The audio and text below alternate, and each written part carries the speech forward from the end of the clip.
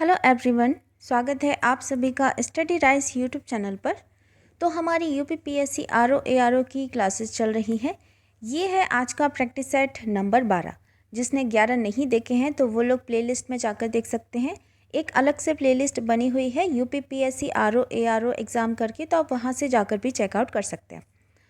और इसके अलावा हमारी टीजीटी पीजीटी राजनीति शास्त्र, समाजशास्त्र, अर्थशास्त्र और हिंदी की भी क्लासेस चल रही हैं। जो भी बच्चा उनकी तैयारी कर रहा है तो एक बार आप प्लेलिस्ट जाकर ज़रूर देखें। तो चलिए फिर आज की वीडियो स्टार्ट करते हैं। और आज का जो टॉपिक है ये है भारत एवं विश्व का भूगोल। तो देखते हैं आज का पहला क्वेश्चन। तो पहला क्वेश्चन है क्वेश्चन नंबर 60। यूरोप में राइन नदी के संदर्भ में निम्नलिखित में से कौन सा कथन सही है। तो राइन नदी के बारे में हमसे पूछा गया है कि इनमें से कौन सा कथन सही दिया गया है। तो कूट वाला प्रश्न दिया गया है। तो पहला है इसमें, राइन नदी उत्तर जर्मनी की औद्योगिक गतिविधियों के लिए एक महत्वपूर्ण मार्ग है। रॉटरडैम का बंदरगाह राइन नदी के मुहाने पर स्थित है। तो नीचे दिए गए कूट से सही उत्तर का हमें चयन करना है। तो इसमें बताना है केवल फर्स्ट वाला सही है या केवल सेकंड वाला, फर्स्ट और सेकंड दोनों, या ना तो फर्स्ट और ना ही सेकंड। तो देखो, तो इसमें जो राइट हो जाएगा तो ये फर्स्ट वाला भी सही है और सेकंड वाला भी इसमें सही दिया गया है। तो राइन नदी उत्तरी जर्मनी की औद्योगिक गतिविधियों के लिए एक महत्वपूर्ण जल मार्ग है। राइन नदी के उत्तरी मुहाने पर स्थित स्टॉर्डम ये जो बंदरगाह है ये एक महत्वपूर्ण औद्योगिक बंदरगाह है। तो खनिज संपदा से भरपूर औद्योगिक क्षेत्र में बहने के कारण इस नदी का जो महत्व है वह व्यापारिक मार्ग के रूप में सबसे अधिक है। तो इसमें जो सही है ये हो जाएगा ऑप्शन नंबर, देखो इसमें सी आंसर राइट आंसर होगा, यानी कि दोनों फर्स्ट और सेकंड इसमें राइट दिए गए हैं। तो ऑप्शन नंबर सी इसमें सही हो जाएगा। नेक्स्ट है क्वेश्चन नंबर 61। प्रशांत महासागर में स्थित गैलापागोस द्वीप समूह के संदर्भ में निम्नलिखित में से कौन सा कथन सही है। तो इनकी उत्पत्ति ज्वालामुखी गतिविधि के द्वारा हुई है। ये दक्षिण अमेरिकी राष्ट्र पेरू का हिस्सा है। तो नीचे दिए गए कूट से सही उत्तर का चयन करना है। तो देखो इसमें जो सही हो जाएगा तो ये फर्स्ट वाला ही इसमें राइट आंसर होगा, यानी कि इनकी उत्पत्ति ज्वालामुखी गतिविधि के द्वारा हुई है। तो केवल फर्स्ट वाला इसमें राइट है। तो गैलापागोस द्वीप समूह की उत्पत्ति ये ज्वालामुखी गतिविधि द्वारा ही हुई है। लगभग 60,000 वर्ग किलोमीटर में विस्तृत गैलापागोस द्वीप समूह ये इक्वाडोर का एक हिस्सा है। और जो इक्वाडोर है उसमें वर्ष 1935 में गैलापागोस को वन्यजीव अभयारण्य तथा 1959 में राष्ट्रीय उद्यान घोषित किया गया। और 1978 में 1978 में यह द्वीप समूह यूनेस्को का पहला विश्व धरोहर स्थल बना था। ठीक है, पहला विश्व धरोहर स्थल बना था। तो इसमें जो सही है ये हो जाएगा option number A right answer होगा। नेक्स्ट है क्वेश्चन नंबर 62। खान मंत्रालय की 2020 और 21 होगा, है ना, 2020 और 21 की वार्षिक रिपोर्ट के अनुसार निम्नलिखित में से कौन से दो राज्य भारत में बॉक्साइट के प्रमुख उत्पादक हैं। तो उड़ीसा, आंध्र प्रदेश, छत्तीसगढ़ और गुजरात, कौन से दो राज्य हैं जो कि बॉक्साइट के प्रमुख उत्पादक हैं। तो देखो इसमें पहला तो हो जाएगा उड़ीसा और दूसरा हो जाएगा गुजरात। पहला कौन सा है, उड़ीसा, और दूसरा गुजरात। ये बॉक्साइट उत्पादन में अग्रणी राज्य हैं। तो इसमें सही है ये है ऑप्शन नंबर सी, फर्स्ट और 4। नेक्स्ट क्वेश्चन के बढ़ते हैं, क्वेश्चन नंबर 63। इंडोनेशिया के संदर्भ में निम्नलिखित में से कौन सा कथन सही है। तो इसमें 15,000 से अधिक द्वीप शामिल हैं। इसमें 150 से अधिक सक्रिय ज्वालामुखी हैं। तो नीचे दिए गए कूट से सही उत्तर चुनना है। तो इसमें हमसे बोला है कि इंडोनेशिया के संदर्भ में कौन सा कथन इसमें सही दिया गया है। तो देखो इसमें जो सही है ये है केवल फर्स्ट वाला, यानी कि इसमें 15,000 से अधिक द्वीप शामिल हैं। तो इंडोनेशिया ये दक्षिण पूर्वी एशिया का सबसे बड़ा देश है। और इंडोनेशिया द्वीप समूह के अंतर्गत विभिन्न प्रकार के 17,000 से अधिक द्वीप शामिल हैं, जिनमें से केवल 6,000 द्वीपों पर ही लोग निवास करते हैं और जनसंख्या की दृष्टि से देखा जाए तो यह विश्व का चौथा सर्वाधिक बड़ा देश है। अच्छा, इंडोनेशिया में 120 से अधिक जो ज्वालामुखी हैं वह सक्रिय हैं, 120 से अधिक। और इंडोनेशिया विश्व का चौथा सबसे अधिक आबादी और विश्व में सबसे बड़ी मुस्लिम आबादी वाला देश है। तो इसमें जो राइट है ये है ऑप्शन नंबर फर्स्ट, केवल फर्स्ट वाला इसमें राइट आंसर होगा। नेक्स्ट है क्वेश्चन नंबर 64। अलास्का के संदर्भ में निम्नलिखित में से कौन सा कथन सही है? तो यह संयुक्त राज्य अमेरिका का तेल उत्पादक राज्य है। इसे 1867 में रूसियों से खरीदा गया था। तो कूट वाला प्रश्न है, ज़्यादातर कूट वाले प्रश्न ही पूछे जाते हैं इसमें विश्व के भूगोल में। तो इसमें बताइएगा क्या राइट आंसर होगा 64 का। तो अलास्का के संदर्भ में बात की गई है, तो देखो इसमें दोनों ही सही हो जाएंगे। यह संयुक्त राज्य अमेरिका का तेल उत्पादक राज्य है और इसे 1867 में रूसियों से खरीदा गया था। तो अलास्का ये संयुक्त राज्य अमेरिका का तेल उत्पादक राज्य है और 30 मार्च 1867 को अमेरिका ने सोवियत संघ से अलास्का को खरीदा था। सोवियत संघ से अलास्का को खरीदा था और यह खरीद अमेरिका द्वारा 72 लाख डॉलर यानी कि कितना हो गया 7.2 मिलियन डॉलर में पूर्ण की गई। और वर्तमान में अगर अलास्का की बात करते हैं तो इसकी राजधानी का क्या नाम है? तो ये है जूनो। क्या नाम है? जूनो। अलास्का की राजधानी का नाम जूनो है। और वर्ष 1959 में 1959 में यह प्रांत अमेरिका का 49वां राज्य बना था, 49वां राज्य बना था। तो देखो इसमें जो राइट हो जाएगा तो ये कौन सा हो जाएगा? ऑप्शन नंबर सी हो जाएगा, यानी कि दोनों फर्स्ट और सेकंड इसमें सही दिए गए हैं। नेक्स्ट है क्वेश्चन नंबर 65। अफ्रीका में विक्टोरिया झील के संदर्भ में निम्नलिखित में से कौन सा कथन सही है? तो यह झील 4 देशों से घिरी हुई है। यह अफ्रीकी भ्रंश घाटी में स्थित है। तो सबसे पहले हमें मैप के बारे में पूरा पता होना चाहिए, तभी तो हम बता पाएंगे कि कौन सा देश किस देशों से घिरा हुआ है या फिर कौन सी घाटी है पास में, है ना। तो इसमें क्या पूछा गया है? अफ्रीका में जो विक्टोरिया झील है उसके संदर्भ में हमसे पूछा गया है, हमसे बात की गई। ठीक है, तो देखो इसमें जो राइट हो जाएगा ये केवल सेकंड वाला होगा, यानी कि यह अफ्रीकी भ्रंश घाटी में स्थित है। तो विक्टोरिया झील का निर्माण ये भूगर्भिक हलचलों एवं धरातल के बहिर्जात बलों से हुआ है और यह अफ्रीकी भ्रंश घाटी में स्थित है। विक्टोरिया झील युगांडा, तंजानिया व केन्या के मध्य सीमा बनाती है और यह अफ्रीका की सबसे बड़ी झील है। किसकी है? अफ्रीका की सबसे बड़ी झील है विक्टोरिया झील। तो इसमें जो सही है ये हो जाएगा ऑप्शन नंबर बी, यानी कि केवल सेकंड वाला इसमें राइट आंसर होगा। अगले प्रश्न की ओर बढ़ते हैं। Question number 66।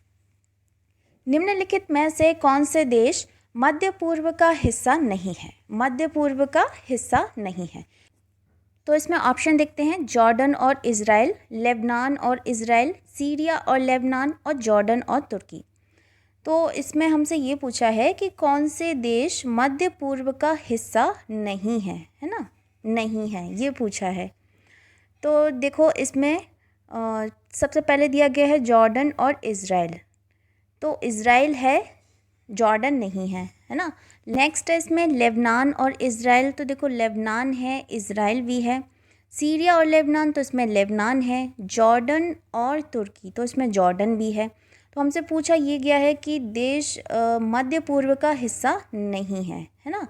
तो इसमें क्वेश्चन या तो क्वेश्चन गड़बड़ है। अगर ये हटा दें कि कौन सा इसमें देश मध्य पूर्व का हिस्सा है, तो ये हो जाएगा बी आंसर, इसमें सही हो जाएगा। ठीक है, बी आंसर इसमें राइट आंसर होगा, यानी कि लेबनान भी है और इजराइल भी है। तो इसमें थोड़ा क्वेश्चन में मिस्टेक दिया गया है। तो देखो मध्य पूर्व उत्तरी अफ्रीका वाले देश कौन कौन से हैं? तो अल्जीरिया है, बहरीन है, मिस्र है, ईरान है, इराक है, जॉर्डन है, कुवैत है और इज़राइल है और लेबनान है, जो कि इसमें आ गया लेबनान और इज़राइल।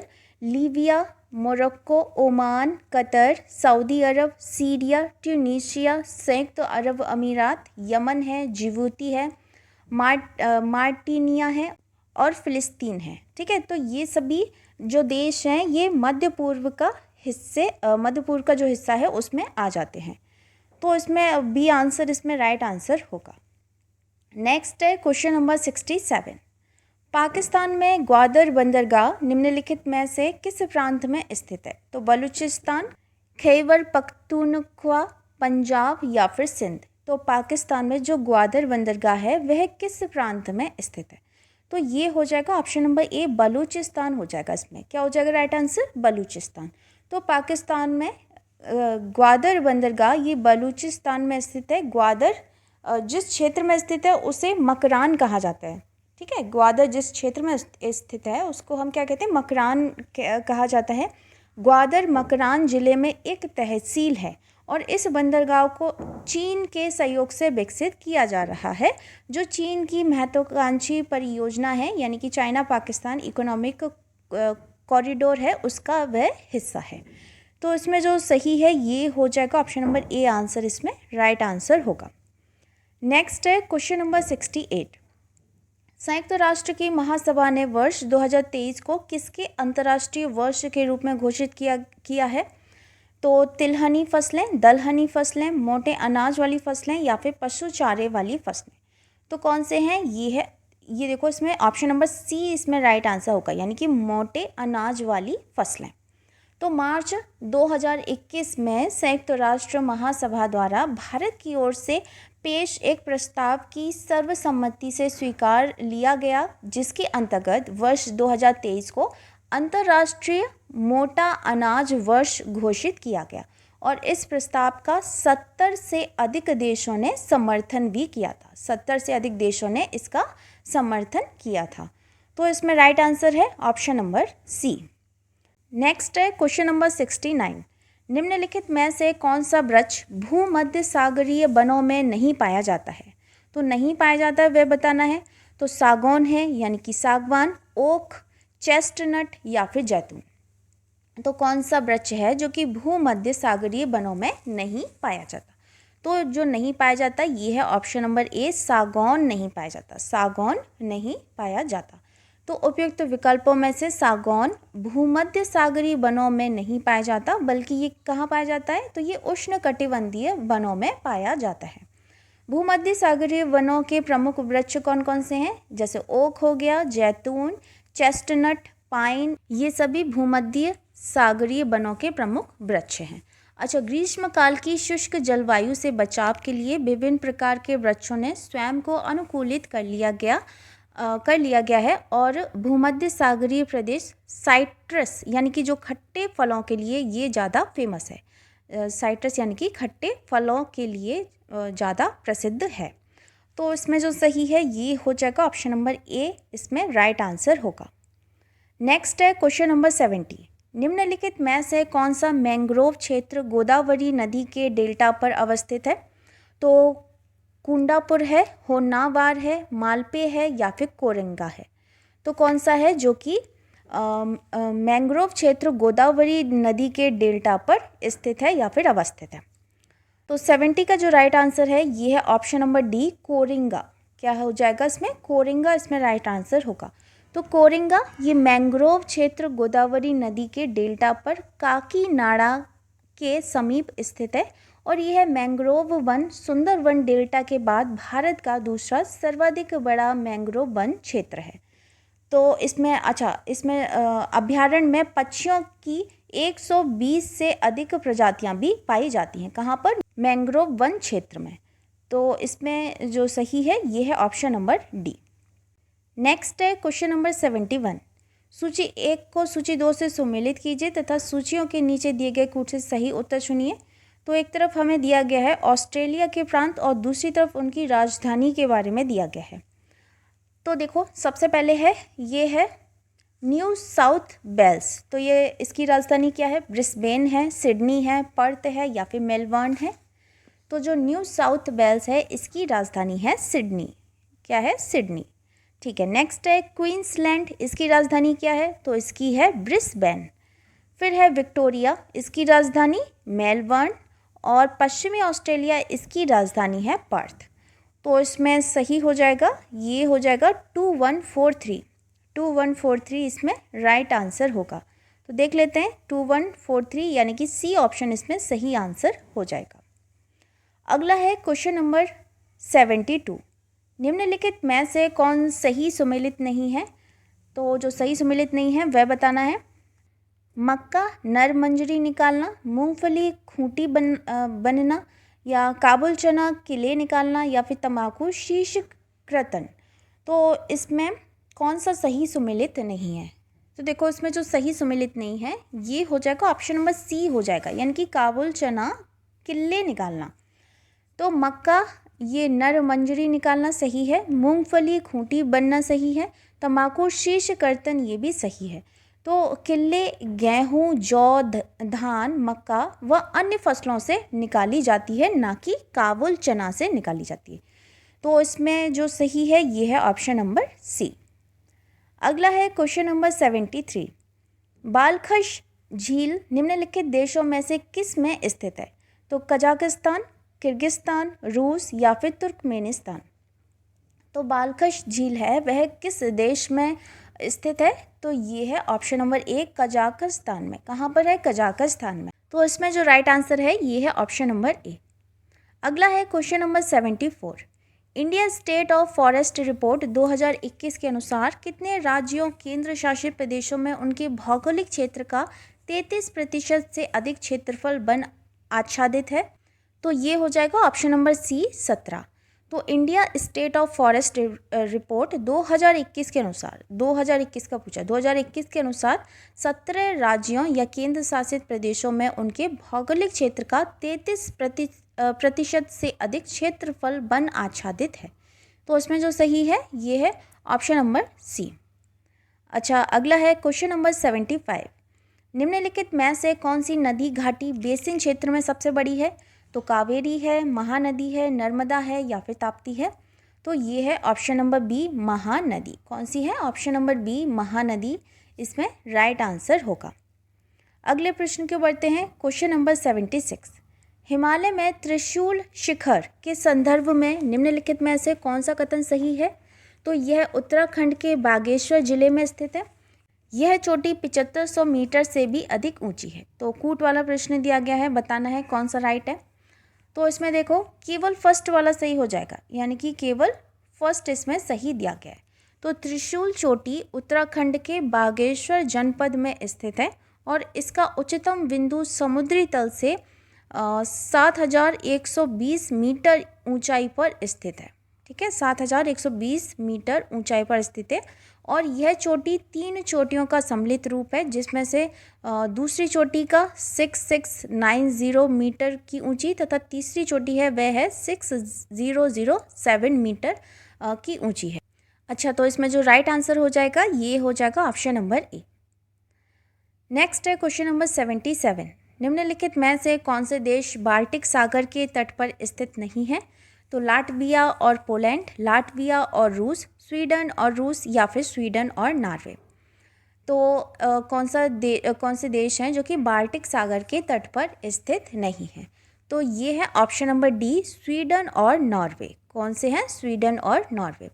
तो बाल्टिक सागर यूरोप के उत्तरी भाग में स्थित है, जो लगभग पूर्ण रूप से ज़मीन से घिरा हुआ है, और इसके ऊपरी भाग में स्वीडन, उत्तर पूर्व में फिनलैंड, एस्टोनिया, लिथुआनिया में एस्टोनिया, लिथुआनिया तथा लाटविया, दक्षिण में पोलैंड एवं दक्षिण पश्चिमी भाग में जर्मनी स्थित है, और इसके पश्चिमी भाग में डेनमार्क का द्वीप समूह बॉर्नहॉर्न है। अतः जो नॉर्वे है, नॉर्वे बाल्टिक सागर के तट पर स्थित नहीं है।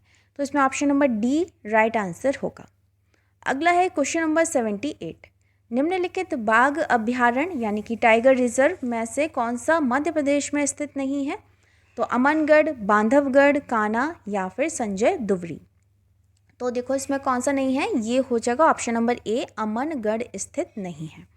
तो अमनगढ़ टाइगर रिजर्व ये उत्तर प्रदेश के बिजनौर जनपद में लगभग 95 वर्ग किलोमीटर क्षेत्र में अवस्थित है।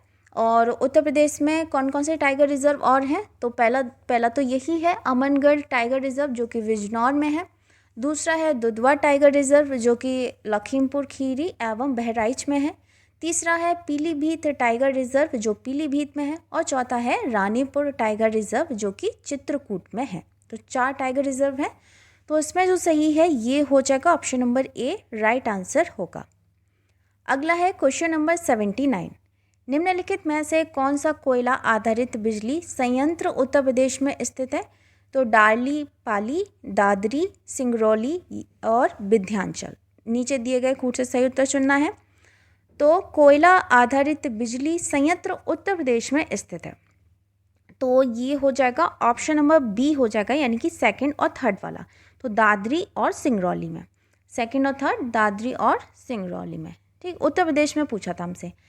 तो इसमें जो डार्ली पाली है, डार्ली पाली ये उड़ीसा में है, ओडिशा, ठीक है, ओडिशा में है। और दादरी ये उत्तर प्रदेश में है, सिंगरौली भी उत्तर प्रदेश में है, विंध्याचल ये मध्य प्रदेश में है, एमपी में है, ठीक है, ये मध्य प्रदेश में। तो इसमें ऑप्शन नंबर बी हो जाएगा, सिर्फ उत्तर प्रदेश का हमसे पूछा गया था। अगला है क्वेश्चन नंबर 80। निम्नलिखित में से कौन सही सुमेलित नहीं है? तो एक तरफ दिया गया है पशु और दूसरी तरफ उसकी नस्ल के बारे में दिया गया है। तो गाय की नस्ल दिया गया है देवनी, बकरी की बरबरी, भैंस की भदावरी और भेड़ की गिर। तो ये बताना है कि इनमें से कौन सा सही नहीं दिया गया है। तो देखो, सबसे पहले दिया गया है गाय, तो गाय की देवनी सही है। दूसरा है बकरी की नस्ल, तो ये बरबरी ये भी सही है। तीसरा है भैंस की भदावरी ये भी सही है। और भेड़ की गिर ये राइट नहीं है। जो गिर जो नस्ल जो है वह गाय की नस्ल है। किसकी है? गाय की, ना कि भेड़ की। तो इसमें डी ऑप्शन राइट आंसर होगा। कौन सा सुमेलित नहीं है? तो ये हो जाएगा ऑप्शन नंबर डी, इसमें सही हो जाएगा। ठीक है, ऑप्शन नंबर डी। तो दोस्तों, ये थी आज की वीडियो अगर आपको पसंद आती है तो वीडियो को लाइक कमेंट शेयर ज़रूर करें और इसको अपने दोस्तों के साथ भी ज़रूर शेयर करें।